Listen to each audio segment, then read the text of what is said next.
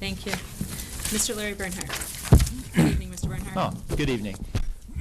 I've been watching with great interest the recent Board of Education meetings where some of the budget issues have been discussed, which programs to cut, some of the potential revenue enhancements we have, and I thought I'd try to do my part in seeing the continued success of Livonia Public Schools. So I had two proposals, two ideas for you.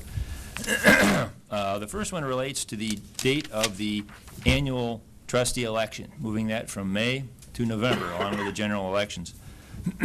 Currently, LPS school district taxpayers are funding a dedicated school board election at a cost of $59,622.04, according to data provided by LPS for the 2008-2009 school year. With the exception of Clarenceville, all surrounding school districts have November elections. That includes Plymouth Canton, Northville, Redford Union, Farmington Hills, and even the Paragon and model for the LI, Novi, has November elections. Why? To keep more money in the classroom rather than being spent for a dedicated election. From conversations with the Livonia Clerk's Office, I have obtained an understanding that the cost of a dedicated election for school board just for the Livonia precincts exceeds $42,000. And if that election was combined with a general election, LPS costs would be reduced to roughly $10,000. That's a 75% savings. No layoffs required, no program cuts required, just change the date.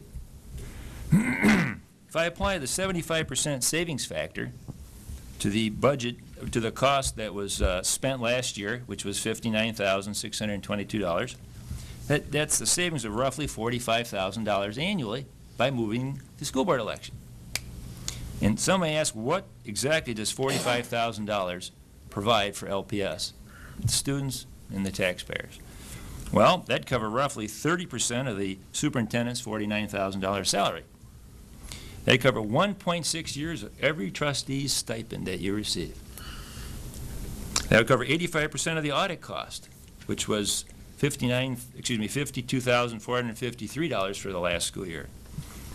It would also cover roughly 40% of your annual legal services bill that the board spends, which was $115,862 in the previous year.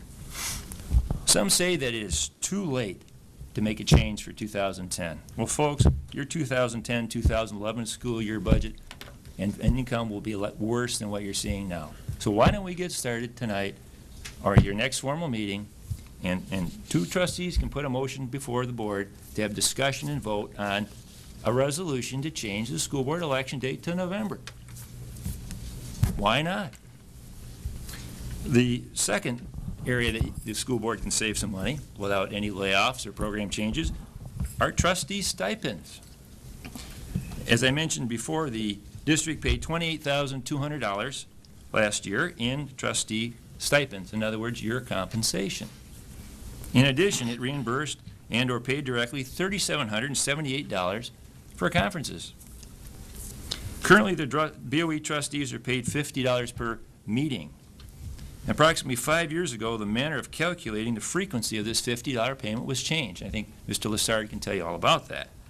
Now, on some Monday nights, there may be 3 meetings, each of which count as a separate $50 meeting. Trustees can be paid up to $150 an evening. Prior to that, it was $50 an evening.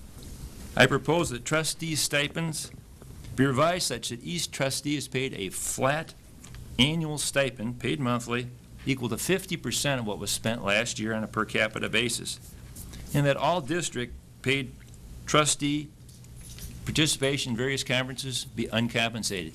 If they think it's so valuable, spend their own money. Those are my suggestions. I look forward to debate and discussion on those topics. Thank you very much. Thank you, Mr. Bernhardt.